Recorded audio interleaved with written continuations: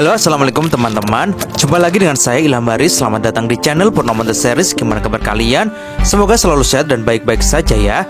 Kali ini kita akan meneruskan merangkum Donghua Season G Season 5 episode 27 ya guys. Kalau kemarin kita udah buat spoilernya, untuk sekarang kita gas animasinya ya. Dan gak usah berlama-lama lagi, langsung saja gas cuy. Semua kisah ini disebabkan oleh lembah tandus 9 mayat yang gelap. Dikisahkan, dahulu kala, seorang raja yang ambisius diasingkan di sini setelah ia mengalami kekalahan. Dia berjalan dengan luka-luka dan sakit yang dideritanya. Pada akhirnya, dia jatuh dan meninggal dengan kebencian. Selama itu, mayatnya diselimuti oleh ki mayat di lembah tandus ini. Setelah waktu yang lama, ki lembah 9 mayat telah mengikis kulitnya dan juga menyempurnakan sumsum tulangnya. Hingga akhirnya dia terbangun. Tapi tiba-tiba saja dia menemukan bahwa dia telah melampaui batas hidup dan mati. Dia menjadi monster tulang putih yang abadi. Dia terobsesi dengan penyatuan dunia. Ia lalu menamakan dirinya dengan Sang Kaisar Tengkorak.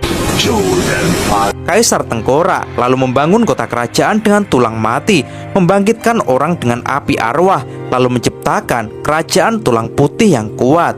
Sejak itu, Sang Kaisar telah menutupi lembah ini dengan kegelapan.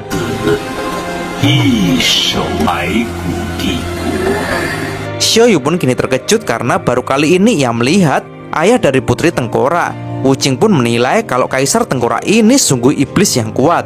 Pat Kang yang melihatnya pun jadi ketakutan.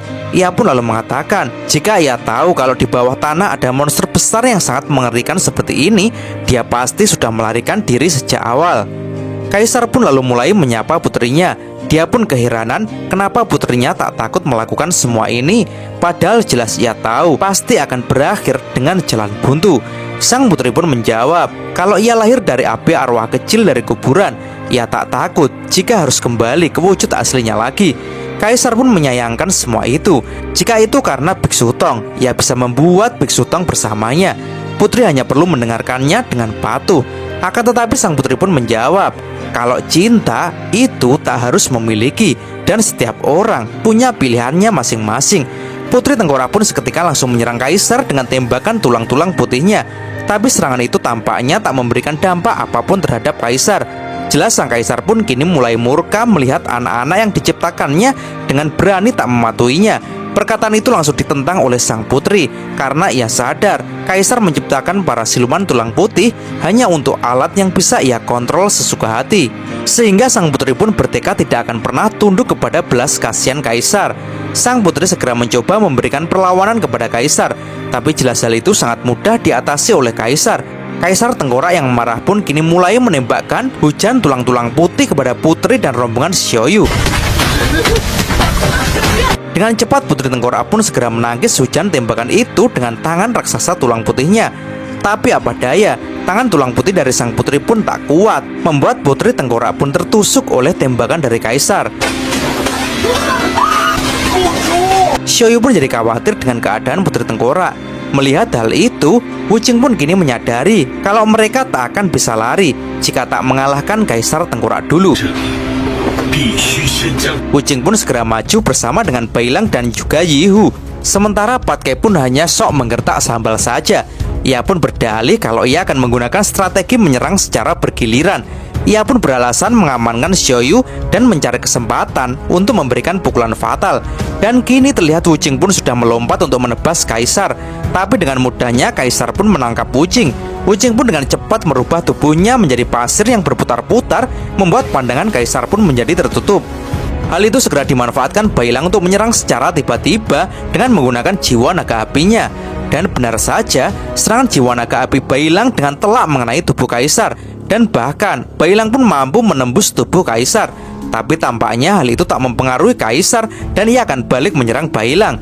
Melihat hal itu, dengan cepat Yihu pun datang dan langsung mencakar Kaisar. Tapi anehnya, Yihu pun merasakan kalau tubuh Kaisar Tengkorak pun seperti kosong. Dan di saat Yihu masih keheranan, Kaisar Tengkorak pun dengan cepat segera menangkap Yihu. Menurutnya, Yihu adalah siluman muda dengan kekuatan yang kuat. Kaisar pun segera mengalirkan kekuatannya yang membuat Yihu jadi pingsan. Dan tak disangka, Kaisar Tengkorak pun lanjut memakan Yihu guys. Hal itu membuat Xiaoyu dan Beilang pun jadi miris. Dan kini Wuqing pun merubah tubuhnya menjadi kesatria pasir raksasa yang besarnya setara dengan Kaisar Tengkorak. Wuqing pun mulai melancarkan tebasan kepada sang kaisar. Tapi dengan mudahnya sang kaisar pun memukul Wuqing hingga hancur dan tinggal topengnya saja.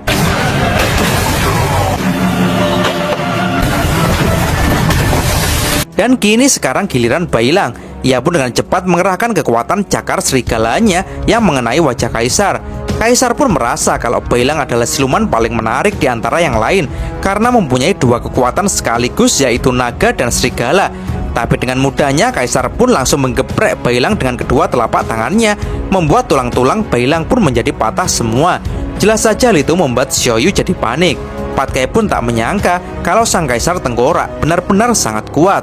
Dan kini Kaisar Tengkorak pun mulai mendekati Xiaoyu dan Patkai. Tapi tiba-tiba saja Putri Tengkorak pun masih mampu untuk bangkit dan segera menyuruh Patkai untuk segera pergi dari sini karena ayahnya mempunyai Ki 9 mayat yang tak ada habisnya sehingga sangat sulit jika melawannya. Tapi jika Patkai mampu membawa Xiaoyu keluar dari sini, maka Kaisar tak akan mengejarnya lagi. Putri Tengkorak pun mencabut tulang yang menancap di perutnya dan ia pun bertekad akan menahan sekuat mungkin Kaisar Tengkorak yang akan merebut Xiaoyu. Putri Tengkorak pun dengan tertatih-tatih berusaha mengumpulkan seluruh Ki mayat 9 yang ia mampu kumpulkan. Ia pun dengan sekuat tenaga merilis tangan tulang putih sekuat mungkin dan dengan tangan tulang putih yang besar itu, Putri pun kini mencekik Kaisar. Akan tetapi tampaknya Putri tak bisa bertahan lama.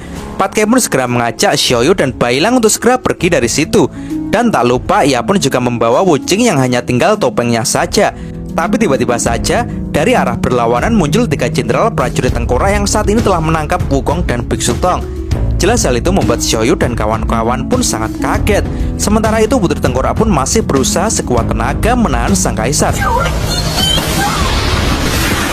Tapi ketika sang Kaisar memberitahu Putri Tengkorak kalau saat ini Biksu Tong telah tertangkap, ia pun menjadi sangat syok.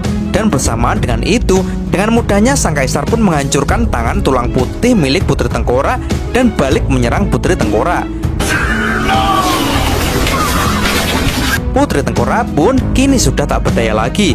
Sang Kaisar pun segera menyuruh kesatria Tengkorak untuk mengawasi putrinya itu, sedangkan dia akan merebut api abadi dulu baru membereskan putrinya.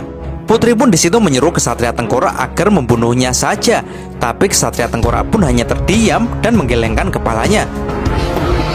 Sementara itu, kini sang Kaisar Tengkorak pun mulai mengerahkan Ki mayat 9-nya lagi untuk membangkitkan kembali semua para zombie.